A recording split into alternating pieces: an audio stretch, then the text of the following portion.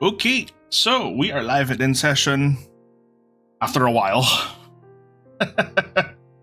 So yeah, this gaming channel is essentially just gonna be our little podcast area at this point. So hello, my friends, and welcome. Today's topic is going to be about difficulty curves. Now, I know usually, I set this for 2 p.m. but we had the cleaning ladies come in and just do some maintenance on the place. It's kind of one of those. It's just one of those things where, you know, because Nemo just is a bit messy, so he gets a lot of little crystals all over the carpet, and we don't have the kind of vacuum that's, you know, intense enough to get through all those nicks and little gaps in the carpet. So that's great.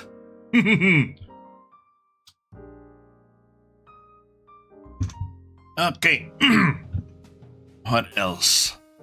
Yeah, I'm also feeling better compared to yesterday. Much better. So, I'm all good now. Nemo is over here, aren't you? No. Did you see that? He was trying to peek through. Here.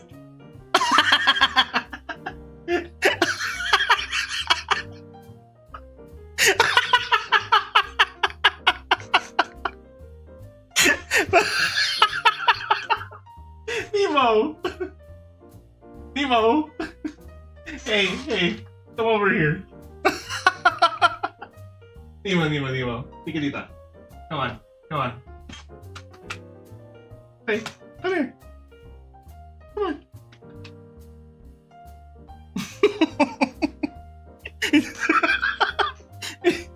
Oh my god, that's going into the montage. If you guys don't know, I'm planning on making a Nemo montage because he's gonna be with us.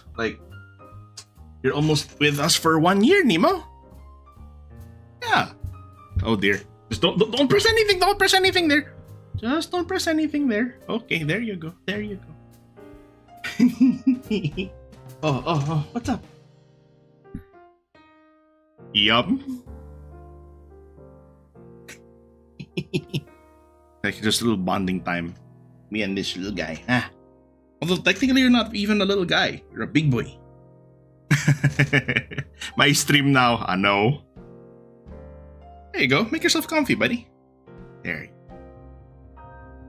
Okay. So, since the last time, which was 3 weeks, almost a month ago? Since the last time we talked here on this little podcast, we mentioned the whole thing about game journalism. And that kind of led us into this discussion about game difficulty, honestly. And for those of you who are not in the know, because I know we have some younger viewers here, but the coolest thing is that the whole concept of the difficulty curve, Nemo, not my water. The whole concept of the difficulty curve was actually accidental. Because games in the past, they pretty much just had one setting. I mean, Pong was pretty much required to have a second player, and you didn't really have an AI, the AI opponent that you could go against, at least as far as I know. But the thing is, the whole difficulty curve was accidentally invented by Space Invaders. And it was pretty cool how it happened. So, the history is, if you guys aren't familiar, is that, you know how Space Invaders is, you got your little ship down here, you got all these little aliens here, and you're just shooting at them, they're shooting at you, you just gotta evade. Now, the thing is, since the computers back then were super low powered, it couldn't handle all the visual strain of having that many elements on screen at the same time. So that's why all the aliens were moving that slow, like doot, doot, doot, doot. And what happened was, as you were shooting these aliens and you were clearing more of them from the screen, now the game had less strain on the system, so it was running faster. Since there are less elements now on the screen, there's less strain on the system, now it can run faster. So that's why the more aliens you destroy in Space Invaders, the faster they go. That was actually unintentional. That was an accidental creation based on the limitations of the systems at the time. And it is hilarious. It's amazing. It's Toho, but way less insane. Oh my god. Oh, I have a few things to say about Toho, huh? Same. And then, unwittingly, they, like I said, they created accidentally the whole difficulty curve. And now it's the most natural thing for every game, right? We all know the whole, it's something that's essential to modern gaming. And even as early as of course, NES days.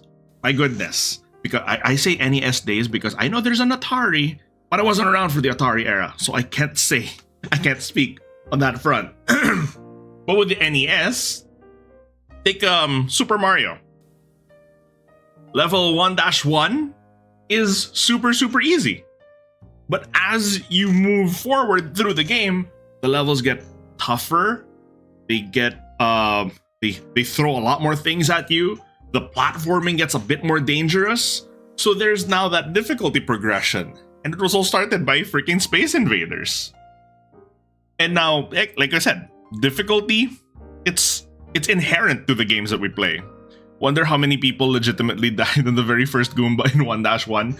I mean, if you were probably the first game tester back in the day, if this was something, completely new media to you, there's that whole aspect of trial and error, right? Let's put it this way, Seb. You see this thing, right? When you start off in 1-1, you're little Mario, you're here on the left side of the screen and you're facing to the right. Now that alone already communicates a message to you that, hey, this is where I'm supposed to be heading. Because I'm here and I'm facing this way. If I try to move this way, the screen doesn't pan. And if I move forward, hey, now I get the first Goomba, the first little obstacle. Is this thing, it looks angry, it looks, it looks menacing. You run into it and you die. Lesson learned. Then you figure out the buttons, you can jump over it, or you can hop on top of it. That's if you didn't have the access to the game's manuals. But the retro games had a penchant for communicating things very well to the players. Hello, Vicky, bro.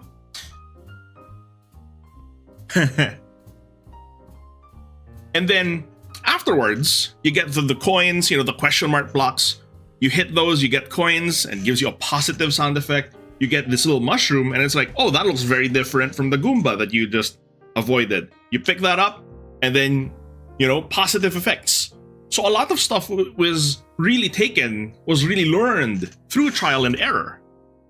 So that's really how it is. Considering this was completely new to you, of course you'd be a little bit like, oh, okay, what's this thing do? What is that? Oh, what's all this stuff? And it's something we take for granted now, but it's when we put ourselves into the shoes of the people back in the day when this thing was just getting started. This was revolutionary stuff. And then it's like, okay, 1-1, you learn the lessons from 1-1. Go into 1-2 and you hear that, hear the underground theme, really catchy. And then now, oh, okay, this is a very different kind of level too, the underground levels. and it presents you other obstacles. Now there are more platforms, there are more, these coin blocks that you can hit repeatedly, and these lessons compound on each other as you finally make your way to the first castle level, 1-4. If you didn't go through the secret warp area in 1-2. But if you just progress normally, not knowing that these things were there, you go to a 1-4, and suddenly, the music's very different. The stage, the visual elements have all completely changed. Music is very menacing. Then you get the fireballs, the fire rods, you get the lava pits, which are just technically, regular pitfall traps. And then at the end of it, you get confronted with Bowser. You're like, whoa, okay, there's a big bad guy over here. What am I supposed to do? And then you trial and error your way. You can figure out that, hey, okay, I can just jump over him. I can just duck under him, go under him if he jumps. I have to avoid his fireballs. Those things, they're learned, huh? But it's a steady progression. Never feels completely unfair until, of course, you get to the later worlds. Like, you'd say you get to World 8. Holy crap, they will destroy you. Of course, unless you're a speedrunner and your whole career is making these things look like a joke. Getting through this as fast as possible, right?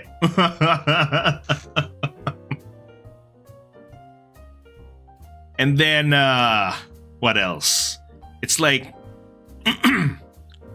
what's this? You watched a 5-hour Final Fantasy documentary, and it said that in Final Fantasy 2, the first dungeon was the hardest. Yeah, that's because of the way it was, I can see why they would say that, because the way Final Fantasy 2 is structured, a lot of your abilities and experiences are gained from getting your ass kicked. It's not a very traditional Final Fantasy in how you level up and how you get stronger. Remember when completing GoldenEye missions on different difficulties and getting higher completion ranks unlock characters and cheats? Oh yeah. I'll get to the difficulty settings in a while now. But another way that we saw difficulty, especially during that time, was with arcades. Arcades were notorious for difficult games because they wanted to make a profit from you. They wanted to get your money. And if the game was too easy, then they wouldn't be able to earn as much. There were some arcade games. They were pretty sly about the way they were pulling this stuff off. Because what they would do is the first level, or even maybe the first 2 levels, kind of give it to you for free. They'll get you into this sense of like confidence. You'll be like, oh yeah, I can do this. This is a pretty cool game. I'm much better at this than I thought. And then in the 3rd round, oh boy, they're gonna annihilate you. They are really gonna start turning up the difficulty, but you're already going into it with the confidence that you gained from the first 2 levels. And you're like, no. I'm good at this game. I can do it. But, the arcade, it cheats in a way because it wants your money. And nowhere is that better seen, than with fighting games. Fighting games and the bullet hell games, for sure. But, those fighting games, that's where we first see those unfair AI, like the cheats that they pull on you. Input reading is so notorious. It is, oh god. If you guys aren't familiar with fighting game terminology or what input reading is, oh my god. Essentially, what input reading does is, of course, you got your joystick and your buttons, right? Essentially, when you press a button, the AI understands that input and reacts to it in real time with inhuman speed. Like the reaction time is something that is impossible to be matched by a person. But if you press a button, that AI is going to react directly to that button press. Therefore, just picking the best move that will automatically counter it. The old Street Fighter arcades were notorious for this, but the Mortal Kombat 2 AI was another level altogether. That thing was such a cheater. Because some of them would have like extended throw ranges. They'd have, of course, they'd do input reading. Yeah, exactly. Literal zero ping dodges and counters. They would be able, some of their moves would get like a little bit of extra damage. And it almost feels like, oh, you could swear that it always leaves them, you do a big combo and it always leaves them with that magic pixel. And then they'll turn up the asshole counter, right? To make sure you lose that round. Gets you frustrated because you were so close, making you want to try again. Just drop another quarter. More damage, higher hitboxes, and more pain in general. Oh, yeah. Yeah. It loves to lull you into this false sense of security. And then wham! One more quarter, please. And in fact, that's the thing with the arcades back in the day. If your machine wasn't gonna profit, they weren't gonna run it. So that's why the fighting games and the bullet hell games were especially brutal on that regard. They were built to be unfair, and that was the purpose of it. Huh? And then, of course, when arcades started to fall out of vogue, you know, we now got the home console games.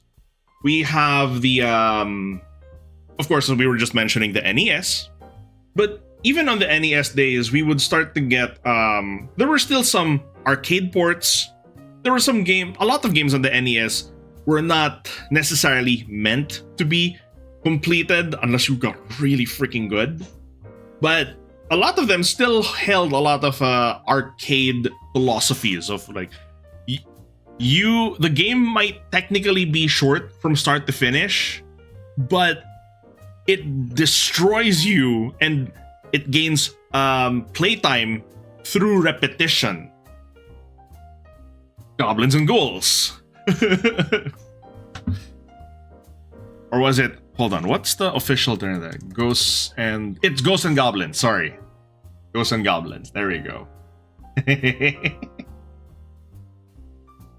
Yeah, that one is a pretty notorious game too. Like, it's very difficult to be good in that game, to actually finish it, yeah.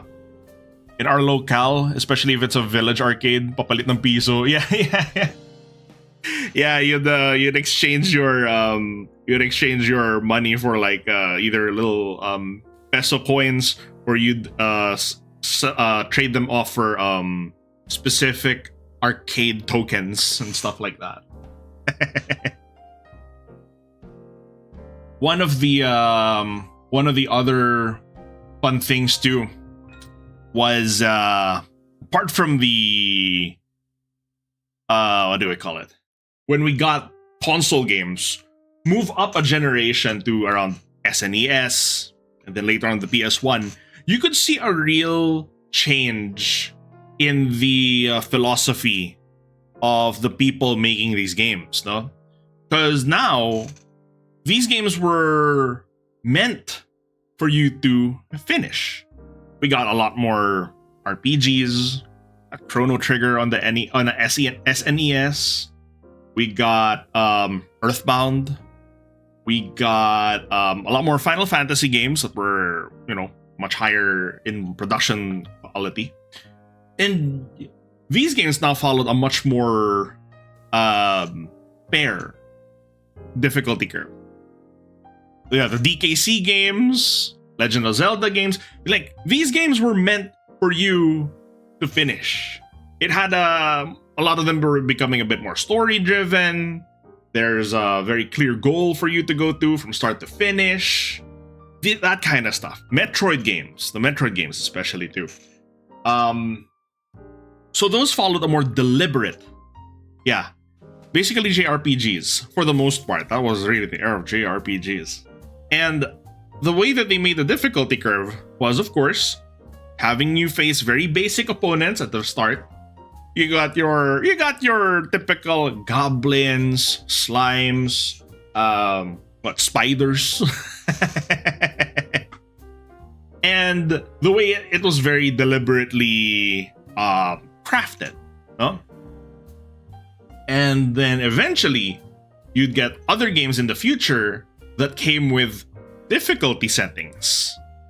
And this is where things started to change a little bit.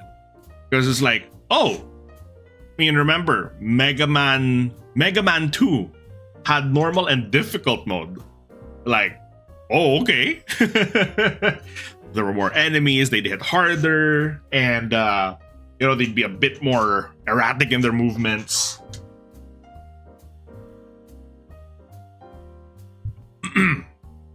And that was just the way it is. That was just the way it went, no?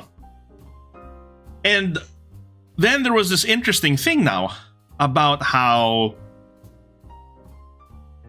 difficulty settings, as we went through, no, started to become a way to test you. It is literally a skill issue.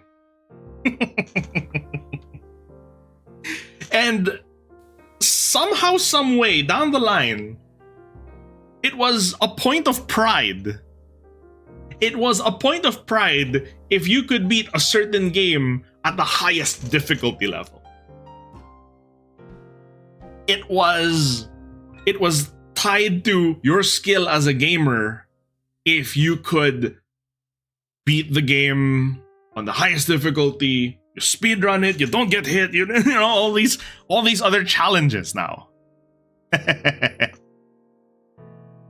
So it created now this different dynamic of, some people, honestly, this is probably the start of the freaking elitism in gaming. Mechanical skill, how your skill at the game will always be used in the argument against you. How, you're not allowed to complain about this mechanic. You're just saying it's not fair. All you need to do is get good. Yeah, get good. I love a get good culture. Oh, Lord. But to me personally, I wasn't a big fan of difficulties that would just boost the stats of your enemies. It was one thing if it's like, usually it's basic, no? Like, enemies have more HP and hit harder. I'm like, okay, fine. Like, yes, you still have to change the way you play. You gotta be a bit more careful. You gotta be a bit more confident in the way you hit stuff, the way you attack this game. But it doesn't really change the way the game is played. It doesn't really promote this sense of creativity. Because what I enjoy about certain difficulties is when they when they open the gate for you to try whatever you want. Be creative, try something new, try unorthodox tactics, think outside the box, and then you get rewarded for it. That's the kind of stuff that I look for in those difficulties, For example, the Hades heat system. That was one of our early streams here, right? Like, I set it to 32 heat. Yeah, but the 32 heat, you decide. You decide what difficulty modifiers are increased. You decide how your enemies move. You decide if you're gonna get healing or not. And that opens up so many paths to difficulty and so many paths to, some really fun stuff. And it helped with replayability too. Absolutely.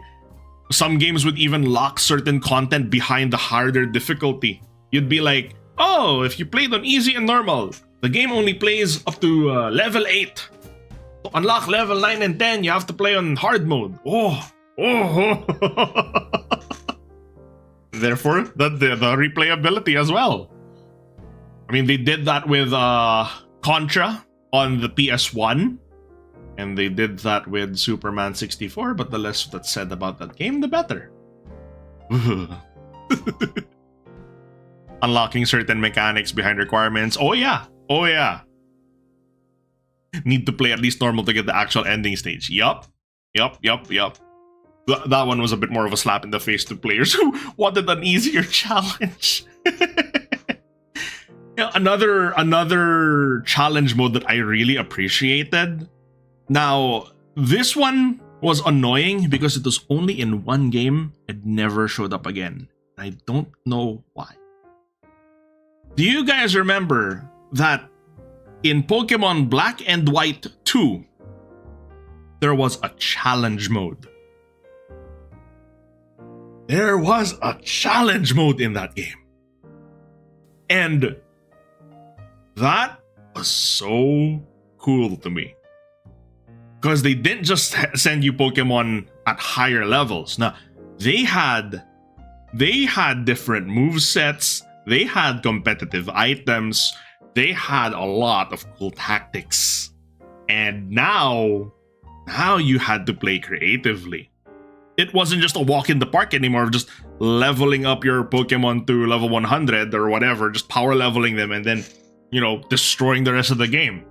Here, it kind of forced you to think about it more. These Pokemon are now using competitive tactics. It's now a bit more challenging. They're now using some really big brain strats. So you gotta big brain it yourself. You started a generation too late. Oh, did you play was a Gen 6 your first? Nemo, are you okay?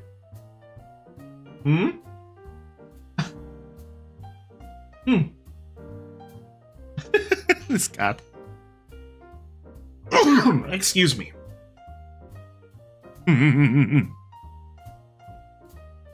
Gotta treat every trainer. Try as a Dark Souls boss. It looked like I was talking to the sandal. Oh, Jesus Christ, Nemo. Good Lord. Nemo, don't. Ah, Nemo! Not there! Nemo! Oi! No!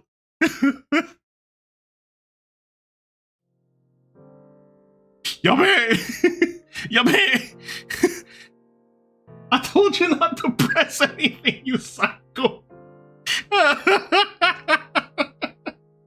Oh my god, I'm definitely adding that to the montage. What is wrong with you today? No. Oh, that was an Otsunimo. Oh my god, what's wrong with you? Dito ka lang. Shh, hi. Stay here and don't drink from the cup.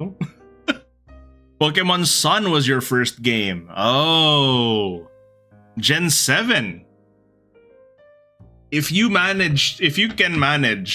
able to grab a copy of Pokemon Black and White 2 if you want a bit more of a challenge, those were some really fun games. Yeah, the challenge mode in Black and White 2 was really fun.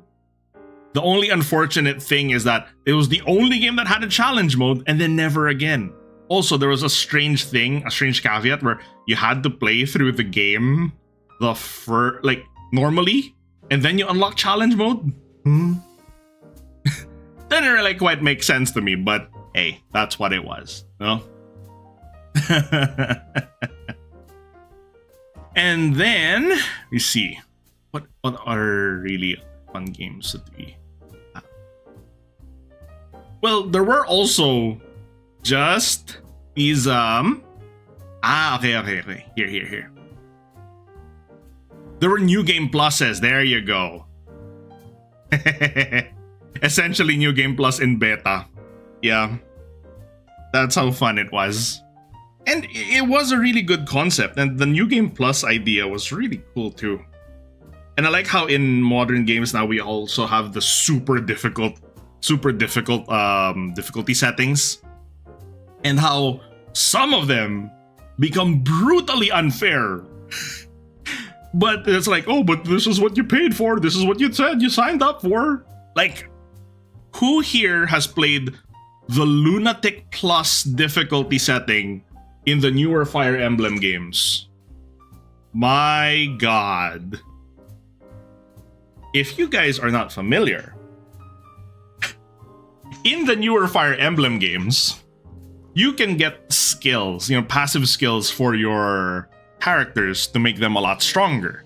Like you now have skills that ignore a portion of your enemy's defense.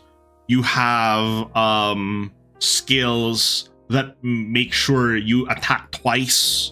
You have skills that essentially give you a lot of advantages in battle.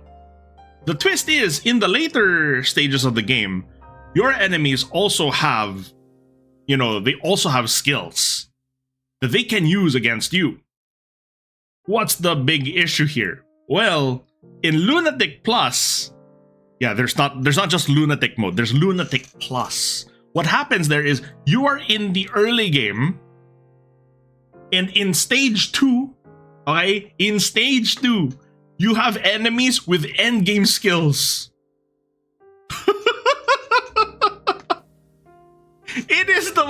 It was so brutally unfair. It wasn't even. I couldn't get past level 2. Your luck had to line up. And you will have to sacrifice some characters as meat shields. And if your level ups were pretty bad, you might as well have reset the chapter. Because if your stats were not up to par for that point in the game, it'll just destroy you.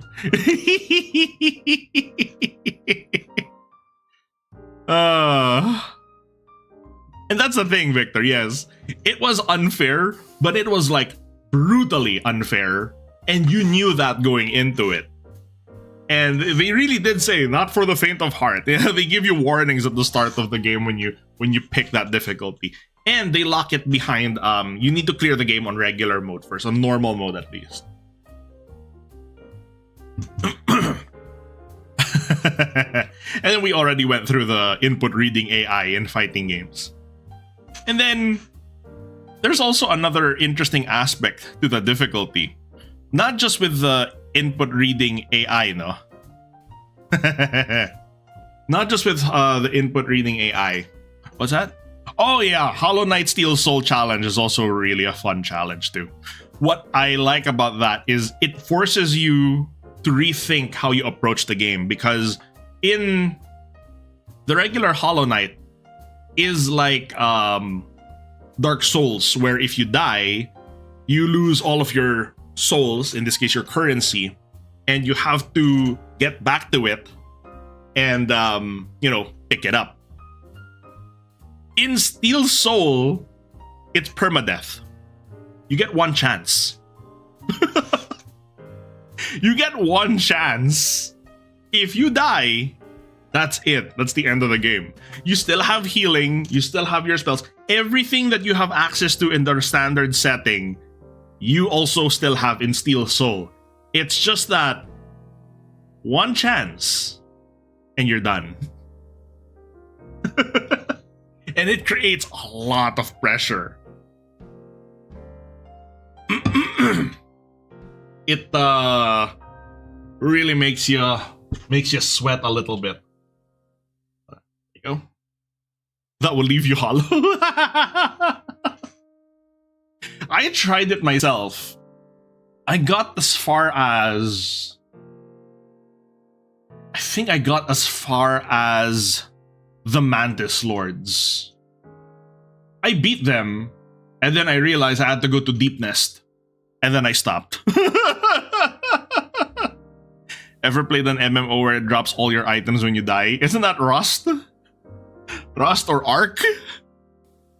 I stay away from those games because I'm very attached. I am very, very attached to my to my items and stuff. Hell, Minecraft does that. You can get Zen lost in Minecraft. In the first Fire Emblem and GBA, we had no way to grind XP. Oh yeah, Sacred Stones was super easy because you had the tower to grind in Hardcore Classic WoW. Oh yeah. Oh yeah. Hearing those modes, you'd be like, nah, you'd break, even though you can handle veteran COD. Yeah. I think the thing with a veteran Call of Duty is like, you know what you're in for, and you can get good at it. You know, it's not like they're brutally unfair. And man, remember there were some games too. This is like going back to the retro era, right? These are games that were just so difficult from the very start. Battletoads, Contra, Ninja Gaiden, classic Castlevania. I mean, Contra was so infamously difficult, it spawned what is probably the single most famous cheat code in history. The 30 Lives Konami code. Classic Castlevania may not be that bad compared to Contra, but yeah, they usually, oops. Whoa, it's bright here. Light of Heaven. Let me handle this first. Adjust the brightness. Tonk. Play, and we're okay. There we go. The Konami code is a suicide code in Contra 4. This is me using Farsight. Yeah. But that was the whole thing. The Konami code got you 30 lives because the game was so damn hard. Future podcast topics, you can just leave that on the Discord.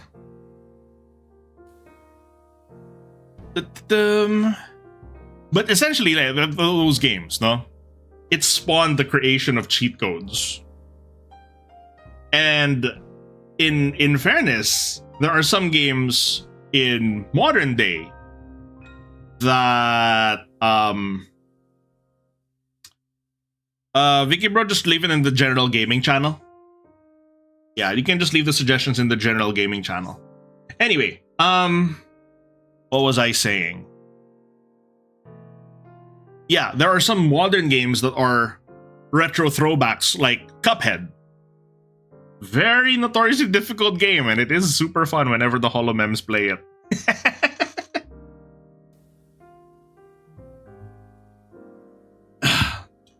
Because it's clear they did not grow up in the time where of the super difficult retro games. But then there comes an interesting discussion, right, chat, of what we now call artificial difficulty.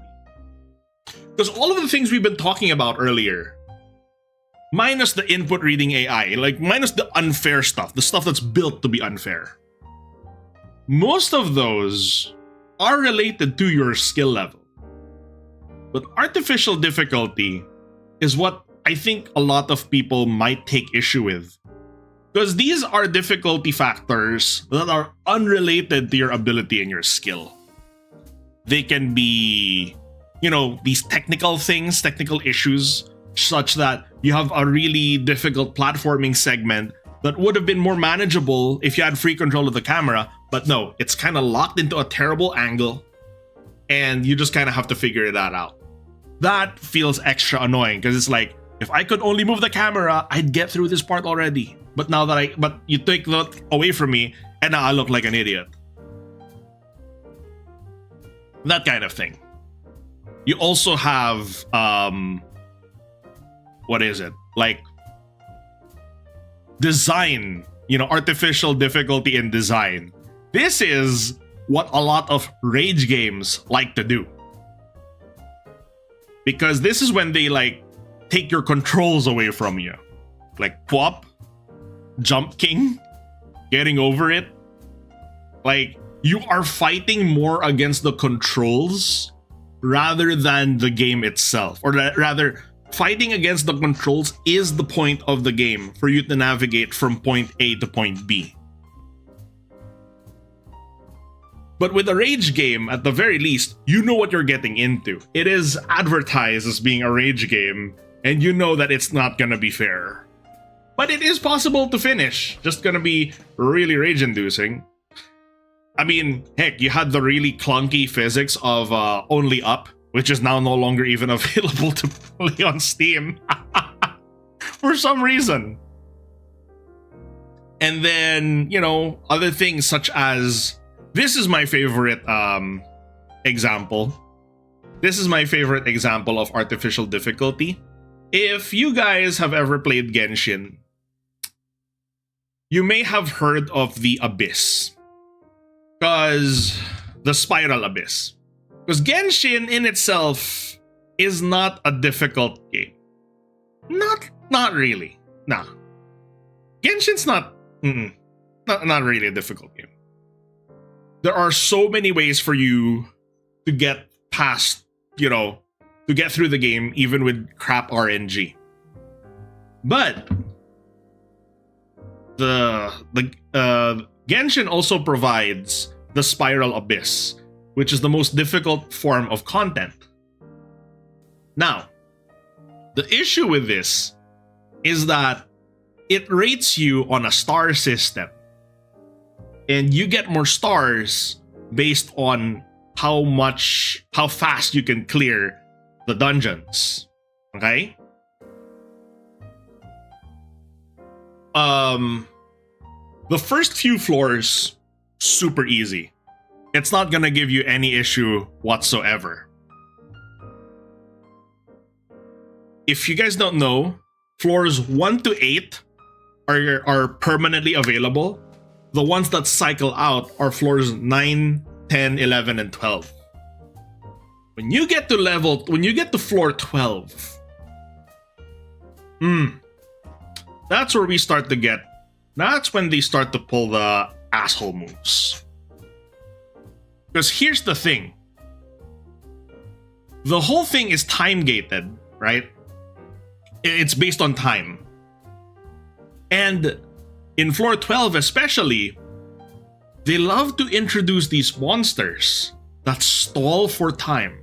They're not testing you on how well you can play in the game. It's not about you dodging the attacks. It's not about you, you know, coming up with all this stuff. It's just a damage test with hoops and, you know, with more red tape to jump through. And I feel like it's really not a fair test of your abilities, because now you're just fighting against bad design.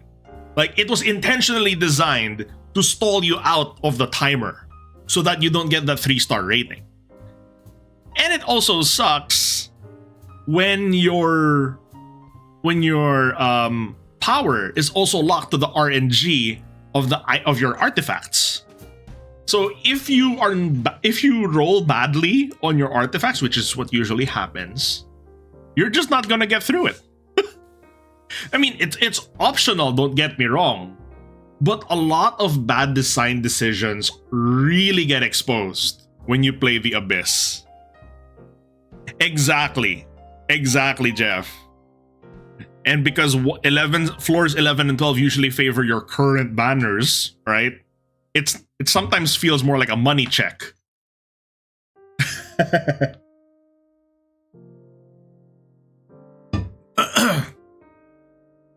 There was a time I've been able to consistently clear floor 12 of the Abyss. But at a certain point when but that was also at the point where, like, it felt like, ooh, this is a cool new enemy, and it's a pretty challenging thing, and I'm like, okay, let's do it. It was fun. And then when they started to pull out those badly designed monsters that just stalled you out, I'm like, yeah, you know what? F this. I'm done. I'm good. Because there really wasn't much for me to do at that point, you know? 'Cause I like getting my skills tested, as you guys saw with Hades, but not when it's that way. You know what I mean? Ay, social credit check. Another one, this one's a classic example. This one's a classic examples too. You guys have ever reached the hell difficulty of Diablo 2? Because you have normal mode, you have nightmare, and then you have hell. Oh my goodness. Hell mode in hell difficulty in Diablo 2 was not fair. It did not feel good too. Because the problem was, in normal difficulty, pick a character, pick a build, enjoy, you know? And all of your characters, depending on the build you have, would be specializing in one type of damage. Like you have your sorcerers who would specialize in fire magic. You have your the Amazon who would specialize in lightning damage. The necromancer would specialize in poison and physical damage, that kind of stuff. As you get higher through the difficulties, there would just be enemies. There would be enemies that would be just plain immune, okay? Not resistant, immune to certain damage types. Now, if that damage type happens to be the one that you specialize in, good luck. How do you deal with that? Because it's not like you have another source of a source of secondary damage that is good enough to compete at that level. Because the HP pools they have at that level are so freaking high. And it's be like, well, they're immune to lightning damage, so your whole build is invalidated. What? Didn't quite sit well with me. Because it felt like I was punished for playing the way I wanted, rather than opening up areas of creativity, no? So that definitely felt like artificial difficulty. Yeah. Get a party. Yeah. I mean, that's really what it was meant to do, but at a certain point, I wasn't, I don't trust randos. I've played enough Dota. I've played enough League. I've played Heroes of the Storm. Do you know how traumatized I am of random teammates at this point? I would rather see them burn in hell than ever have to experience the displeasure of having to join the same room as them. I'm never doing that again.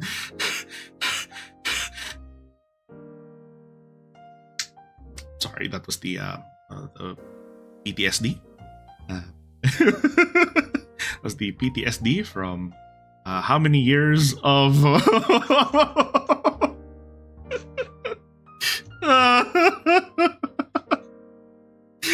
so many years of resentment, of games ruined by levers, trolls, and griefers. And then they blame you. They blame the support for letting them die. The support has a better KDA than you, and you're supposed to be the carry.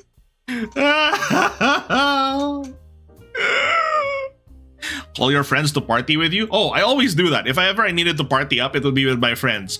That's a lot more difficult when you also live halfway across the world from them.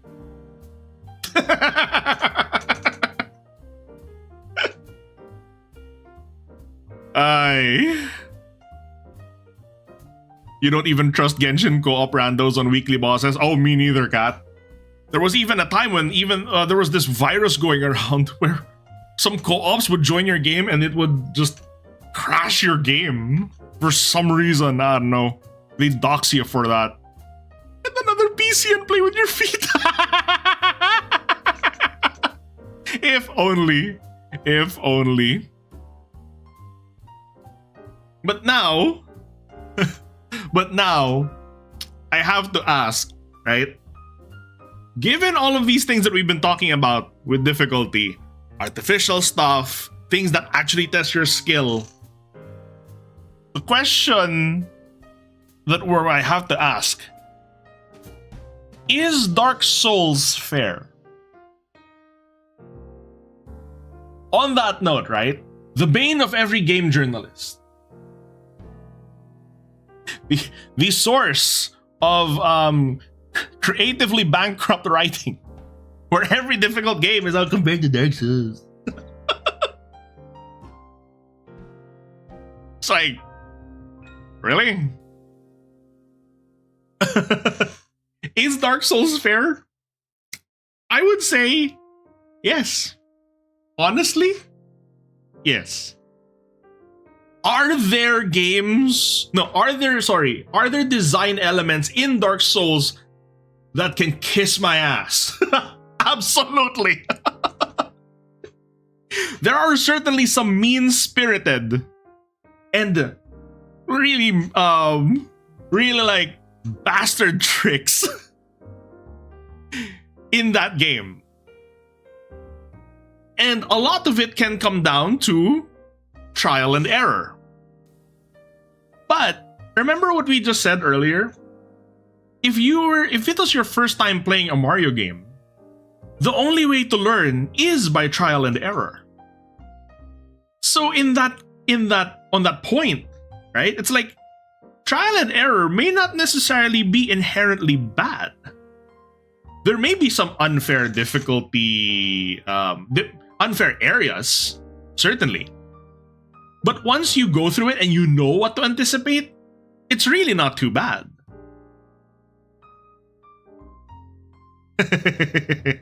If the player views this from a strategic lens rather than a classic RPG lens, then it is. I agree.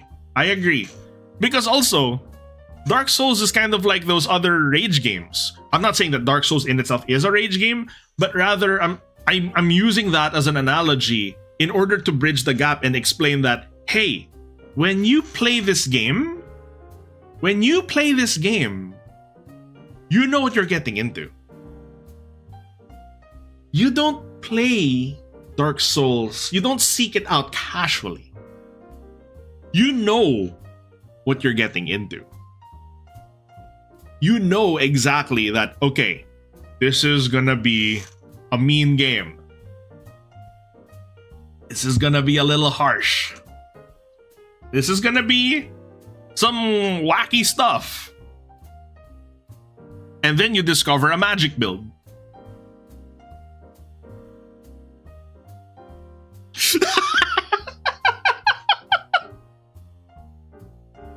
When you first discover a magic build in Dark Souls, you have unlocked the easy mode.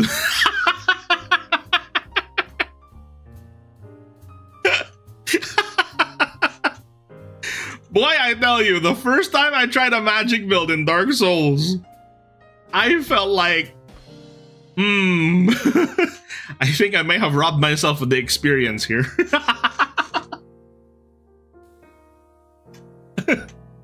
And honestly, Dark Souls, the coolest thing about Dark Souls is that it is, to me, the kind of difficulty that encourages creativity. Because throughout your playthrough of Dark Souls, you will find so many different items, so many different weapons, armor sets, shields, spells, consumable items.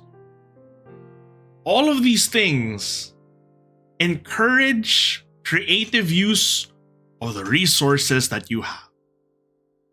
For me, whenever I encounter a particularly difficult area in Dark Souls or a particularly difficult enemy that I can't get through with my current build, I'm like, hold on, maybe I should try a different approach.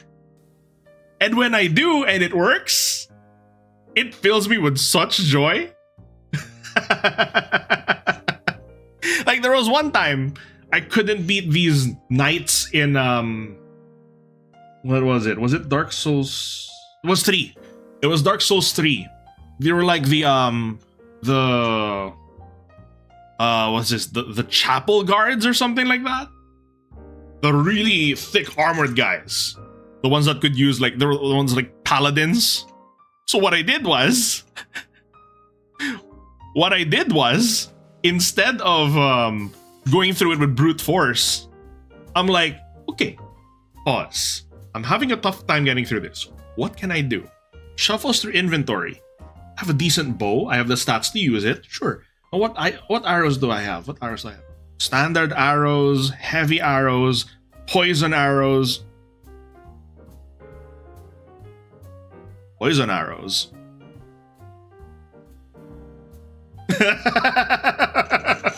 It clicked. And I said, okay, now to find a safe spot where I can cheese it. I found a balcony where they couldn't climb up. I could still see them. It said, okay, let's try aiming. Boom. Okay. And I see the damage number go up, and I'm like, confirmed, we have a hit. All right, here we go.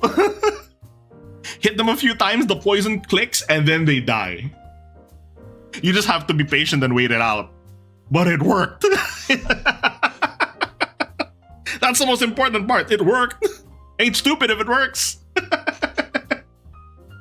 And it's one of those things, right? Like, you know what?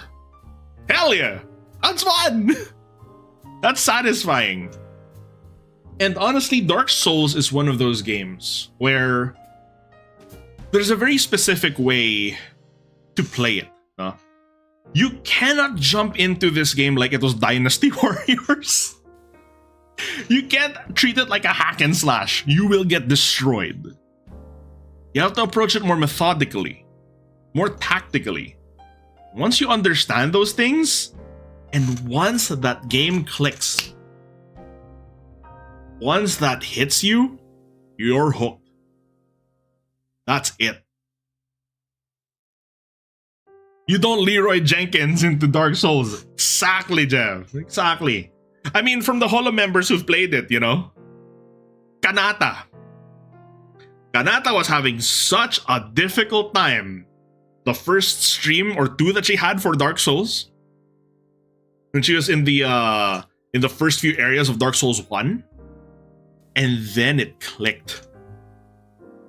It clicked with her. She figured out how to play the game. What makes it tick? What style does this game reward? She got good at parrying, and then she started to take in all the lore in the game, and she had the greatest experience. It became so fun watching her streams because she got so engaged, so drawn into the story. And it's like, yeah, that's exactly it. So they took the concept of difficulty curve and perfected it. Yeah. And then there's Botan. Botan with Elden Ring was fun. She was just power tripping through the whole thing. But essentially, right? What makes it fair? What makes a difficulty fair? It's really that when it feels like a game's difficulty is testing your skill. And not so much dealing with artificial barriers that the game throws at you. The one little criticism I may have against the Dark Souls series is that it has had a very difficult time with, well, not even difficult time, but one of the more artificial difficulty, what do you call it? Artificial difficulty elements in that game is the lack of communication. Like, if I didn't look up some guides, I would never have discovered certain areas in the game. Let's just put it that way. If it weren't for guides that explained to me that, hey, you can hit these walls to open up a secret area of this game, and then you can hit another wall in that secret area to unlock a second secret area that's hiding an optional hidden boss. Like, what? But I guess on that note, it feels kind of like the it was like, what do you call it? It did feel like the that setting of like playground rumors, you know? Similar to how, oh, Mew is hiding underneath the truck by the SS Anne. Not really. But Dark Souls is the kind of game that fuels that kind of discussion. And it keeps the game fresh in people's minds. So, while that might be my only little criticism of it, I can also see how it works to its advantage, no? And that it really probably was a deliberate decision to make. Bro, I wish Dark Souls had a Mew underneath a truck. But it was that kind of discussion. It's the kind of game that opens up that kind of discussion.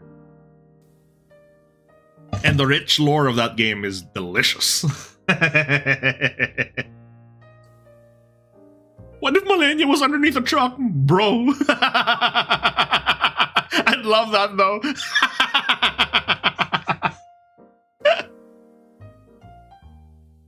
Yeah. Well, that was a nice little discussion on difficulty curves. I think that's a good amount of time we had for today, yeah?